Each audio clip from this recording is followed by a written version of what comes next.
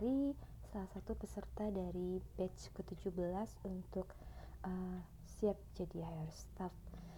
Di sini saya akan memaparkan hasil dari portofolio, yaitu sebagai tugas dari hasil training yang sudah dilakukan sebelumnya. Yang pertama, tugas pertama yaitu pembuatan perjanjian kerja waktu tertentu.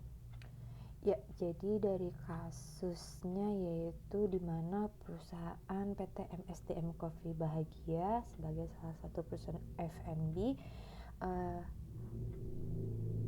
mencari kandidat untuk ditempatkan di perusahaannya.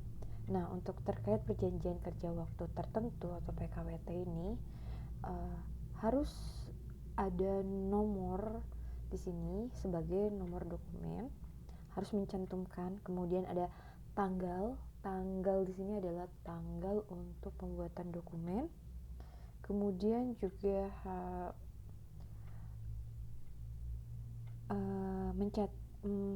mencantumkan pemberi pekerjaan dan penerima pekerjaan, itu sebagai perusahaan dan karyawan.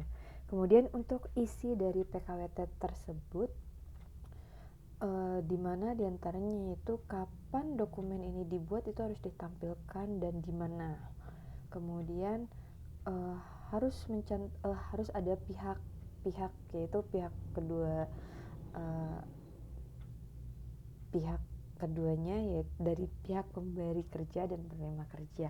Di sini untuk pemberi kerjanya ada PT MSDM Kopi Bahagia dan juga mencantumkan alamatnya dan sebagai apa jabatannya di situ juga harus dicantumkan. Kemudian pihak yang kedua itu sebagai penerima kerja harus mencantumkan namanya juga, terus tempat dan tanggal lahirnya juga, jenis kelaminnya apa, kemudian alamat lengkapnya apa, dan nicknya berapa, kayak gitu. Nick di sini berarti nomor induk kewarganegaraan ya, biasanya tuh kalau di PKWT harus mencantumkan itu juga. Kemudian dari PKWT ini juga ada beberapa pasal yang harus dicantumkan. Biasanya ini kebutuhan dari beberapa perusahaan sih, maksudnya tergantung dari perusahaannya itu sendiri. Tapi yang biasanya itu harus yang wajib ada di dalam perjanjian kerja waktu tertentu, sebisa mungkin sih sejelas mungkin kayak gitu. Tapi kadang beberapa perusahaan perjanjiannya tuh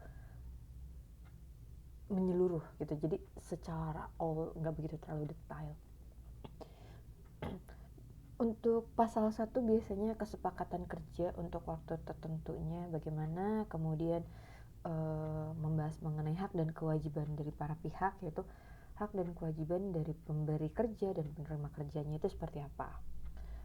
Kemudian peraturan-peraturan yang harus dipatuhi, biasanya ini dicantumkan di peraturan perusahaan. Dan ini lebih condong ke catatan untuk si penerima kerjanya.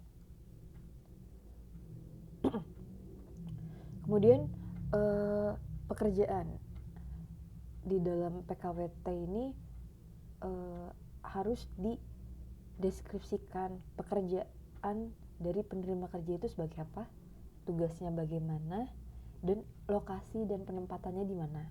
Itu juga harus dicantumkan. Kemudian waktu kerjanya bagaimana, itu juga harus dicantumkan dalam PKWT. Kalau di sini sesuai dengan cash, waktu kerjanya dalam 1 bulan itu berlangsung dari tanggal pertama sampai dengan tanggal terakhir bulan berjalan. Kemudian waktu kerjanya dalam 1 minggu ditentukan ditentukannya seperti apa. Dalam 1 minggu tuh ada 6 hari kerja, dari Senin sampai dengan hari Sabtu, seperti itu. Kemudian juga mencantumkan hak dari si karyawan tersebut, hak dari penerima kerja itu kayak misalnya waktu istirahatnya, waktu cutinya, waktu liburnya. Kemudian pencatatan atau mencantumkan upah. Jadi di dalam PKWT itu juga harus menampilkan berapa upah yang diterima oleh penerima kerja atau karyawan tersebut, dan itu harus dijelaskan dan dipaparkan seperti itu. Kemudian bagaimana perjanjian ini berakhir itu juga harus ada di dalam PKWT.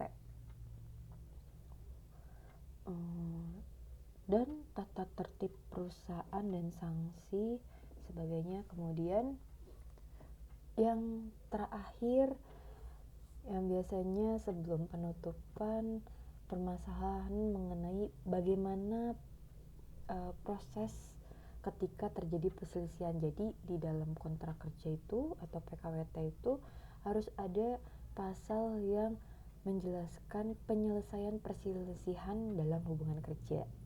Kemudian penutup dan ditandatangani oleh masing-masing pihak. Biasanya untuk PKWT ini dibuat 2 rangkap ya.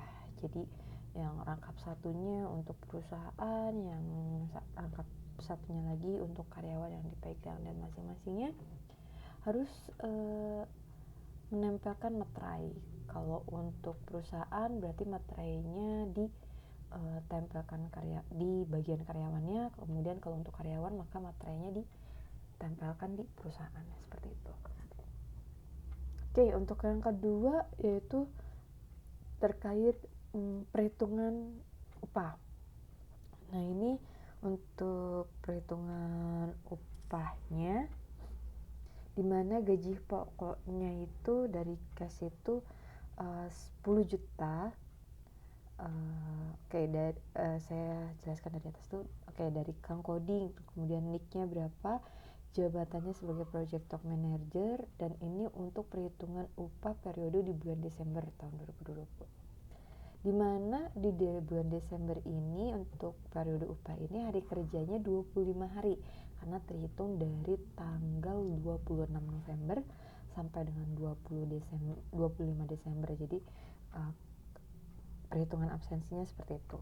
Kemudian status pajaknya K1. Kenapa K1? Karena Kang Coding ini sudah menikah dan memiliki tunjangan 1 anak gitu.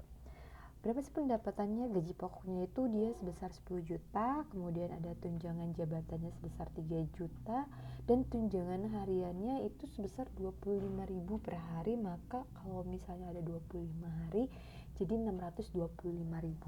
Dari 25.000 dikali 25. Totalnya yaitu 13.625.000.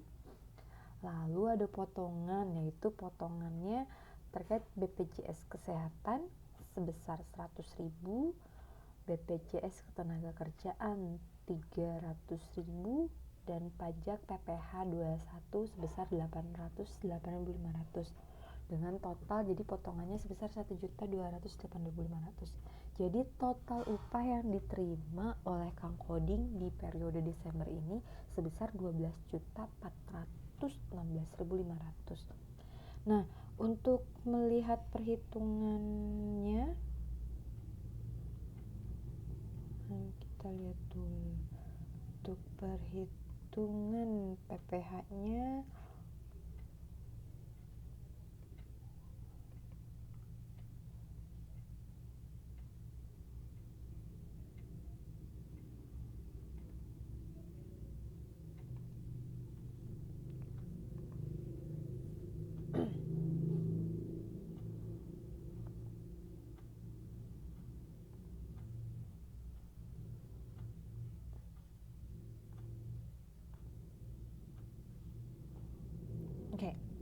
di sini untuk perhitungannya simulasi dari PPh 21 ya. Metodenya gross, yaitu ditanggung oleh pekerja. Namanya Kang Coding. Satu pajaknya K1 yang dimana sudah dijelaskan ya, kalau K1 itu sebesar 6K1 itu untuk yang sudah menikah dan memiliki tanggungan 1 anak. Kemudian di sini cashnya NPWP-nya tidak ada. Nah, maka perhitungannya untuk perhitungan PPh 21 yaitu mengikuti peraturan yang ada, diperolehlah sebesar 800-8.500 karena tidak ada NPWP, jadi pajaknya sebesar 120%. Beda dengan kalau yang sudah ada NPWP. Nah, di sini untuk penghasilan neto selama setahun sebesar 156.906.000, maka penghasilan yang tidak kena pajak atau PTKP-nya sebesar 63 juta.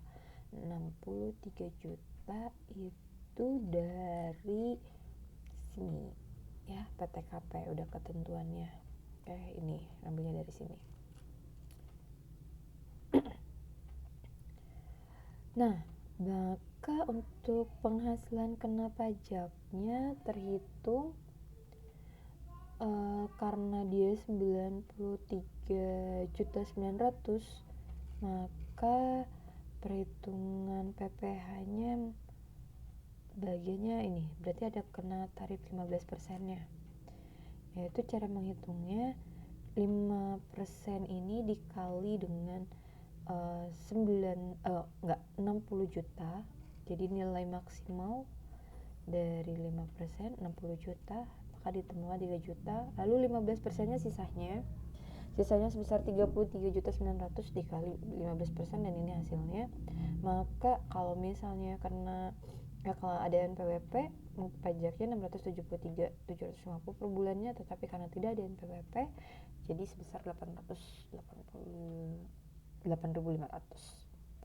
kayak gitu. Sesuai dengan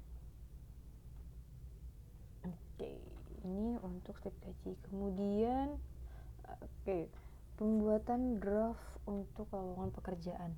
Biasanya di dalam draft iklan lowongan pekerjaan itu harus biasanya ada apa aja sih job desk pertama tempat jabatannya dulu, jabatannya apa, posisinya apa, kemudian nama perusahaan itu harus dicantumkan beserta dengan alamatnya sebagai validitas bahwa lowongan kerjaan itu adalah resmi.